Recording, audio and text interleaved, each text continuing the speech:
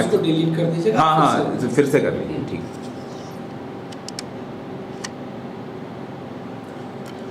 Hello students, welcome back in another lecture series of machine learning. Today we will discuss decision tree.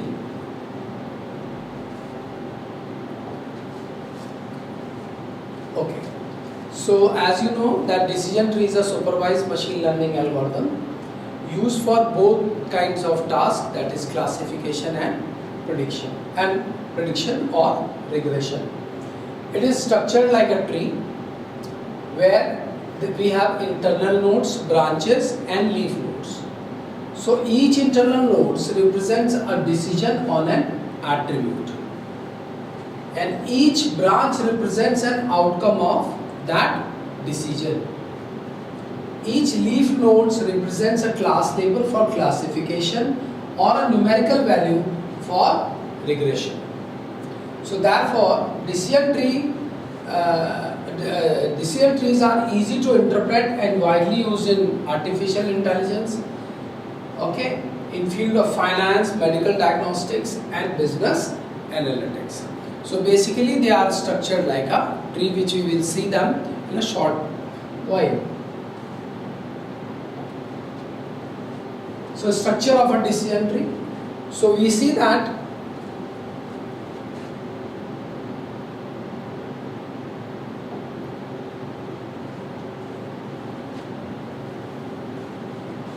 a decision tree has a root node.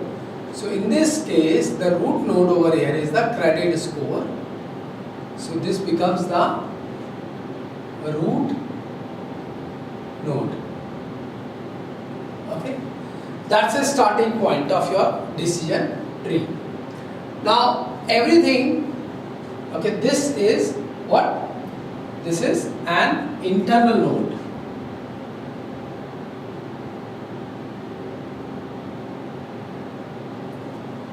Then the pathways or the decisions, these are called as branches.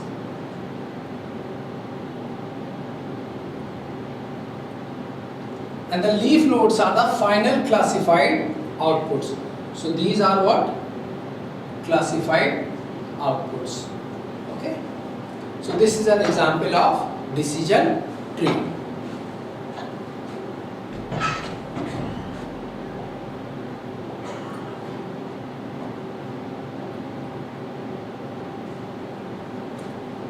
So now the question comes that what is the process of making a decision tree? Okay, so a decision tree is built using recursive splitting approach. Now if you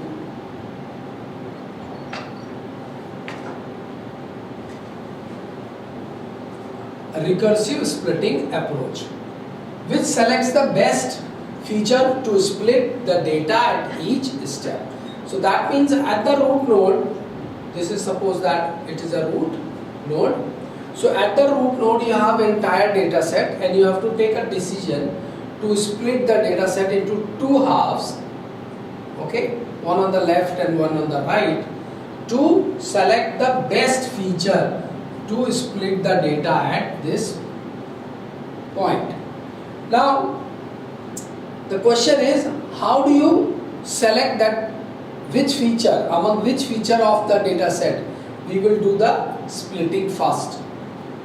So selecting the best split, that is a feature selection. The most important step in building a decision tree is selecting the best feature to split the data. Now the goal is to maximize the information gain or reduce the impurity.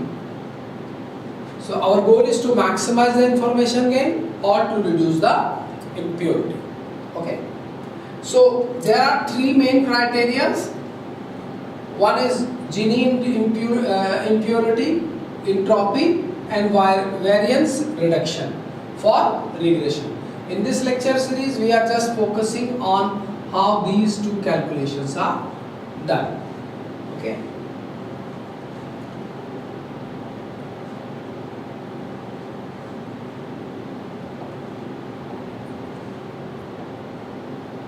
So measuring impurity, the first one as we have talked about in the previous slide, is known as Gini impurity. So Gini impurity measures how often a randomly chosen element would be misclassified. So the formula is 1 minus summation of P of I. So what is P of I square is the probability of class I. G0, if the value estimates calculates to be 0, that means it's a pure node, all elements belongs to one class. We are talking about impurity, and if the sample is not pure, then it will have some elements of other class also. If Gini index is 0.05, then the maximum impurity, okay, which equals the distribution of the class, has come. For example, if a node has 80% class A and 20% class B, so how do you calculate the Gini index? We already know that we have the percentage over here. We can simply convert the percentage into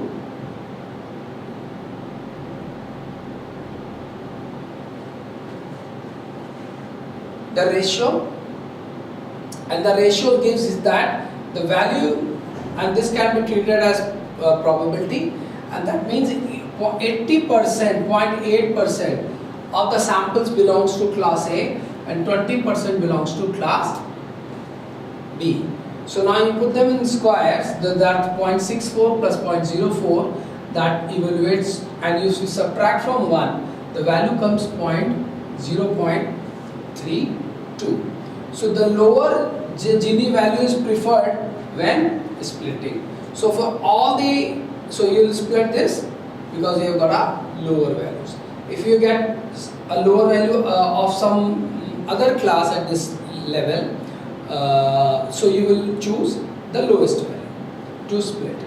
Okay. So this is how the Gini index is actually calculated. Now comes the another technique that is known as entropy gain. And entropy measures the uncertainty in the data set. They are measuring the uncertainty in the data set. So h of x equals to summation of pi log base 2 pi. Okay.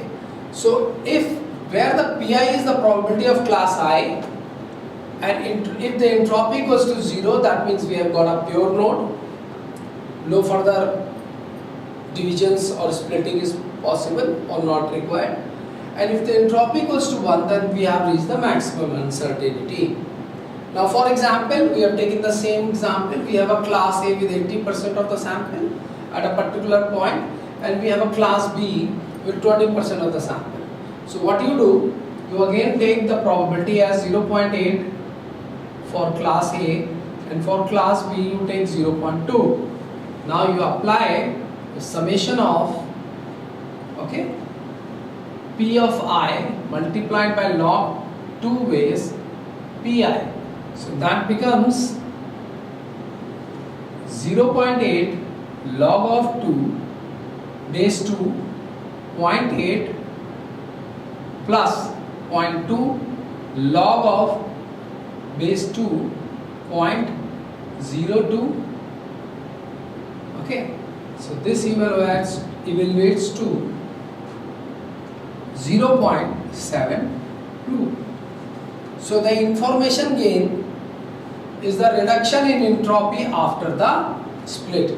Then you apply, if you want to split that, so you have to calculate the information gain, which is equal to h parent, okay, minus p child multiplied by h child. So that means you will multiply the child, both of the child and the probability, and then you will sum them if there are further classes at this point, and subtract from h parent. The h parent at this point can be assumed as 0.072. Okay, so a feature with a higher information gain is chosen to split. So whichever feature have the highest information gain, that would be processed to split. Now, since we have talked about the variance reduction, although it is not in the course, so what we can do, the variance formula is 1 upon n summation of yi, okay, that the actual minus predicted, you take the difference of error and then you square it. So that gives you the variance. So a feature that reduces the variance the most is selected for splitting.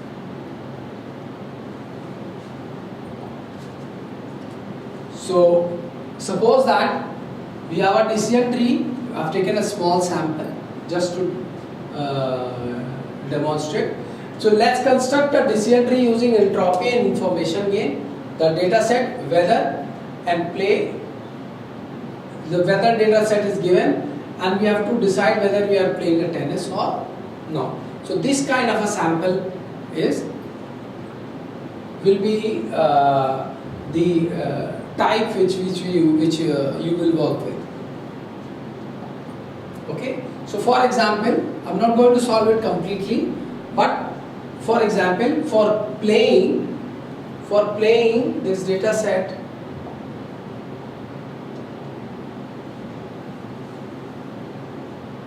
so we calculate the edge play. If you remember in the previous slide, there were a total of 5 samples in the data set, and out of which at the 3 instances we played. So instance was play, tennis. So 3 upon 5 multiplied by log 2 base 3 upon 5, log 2 upon 5 and log 2 base 2 upon 5. So it evaluates to 0.97. So we compute entropy for each feature and choose the one with the highest information gain. If the outlook gives the best information gain, it becomes the root node.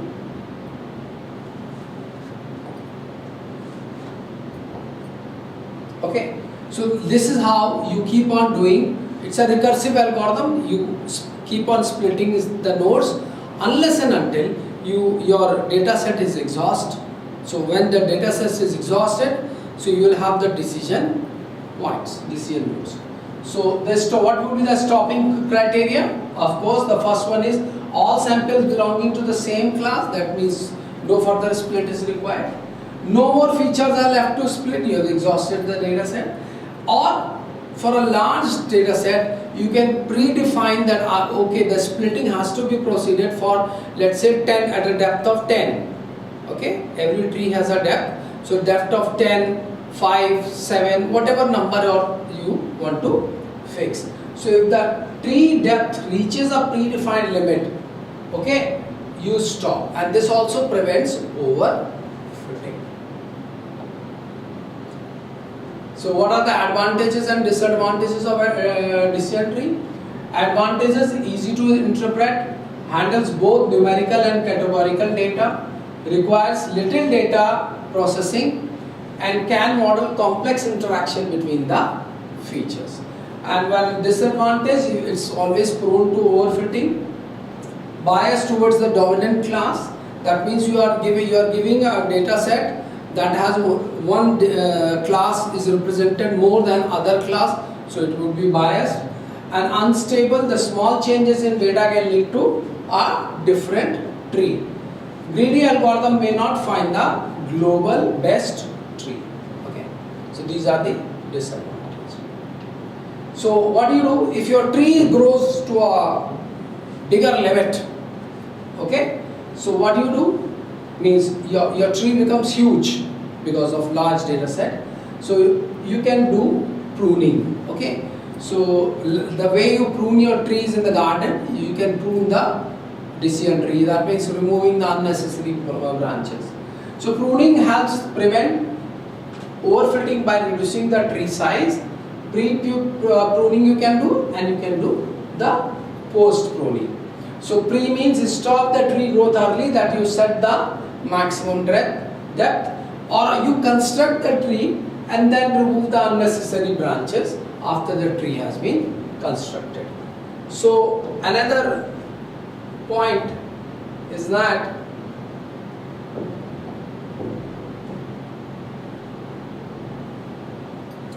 Random forest is a word which you often hear, and it is associated with decision tree. So what a random forest is? A random forest is a collection of multiple decision trees that vote for the final outcome. It reduces the overfitting. It is more accurate than single decision tree. So that means from the data set, you divide the data set, let's say in 3 parts, 1, 2 and 3. You construct 3 decision tree, so decision tree 1, decision tree 2 and decision tree 3. Now this will act as a random forest because there are more than one tree. Now a new sample is given, so it is evaluated against decision tree 1, 2 and 3. Now we have a voting, majority voting. So let's say 2 agree on certain class X, that sample belongs to certain class X. So that means, and one is saying it belongs to Y, so we will choose X. That's all for the decision tree. Thank you very much.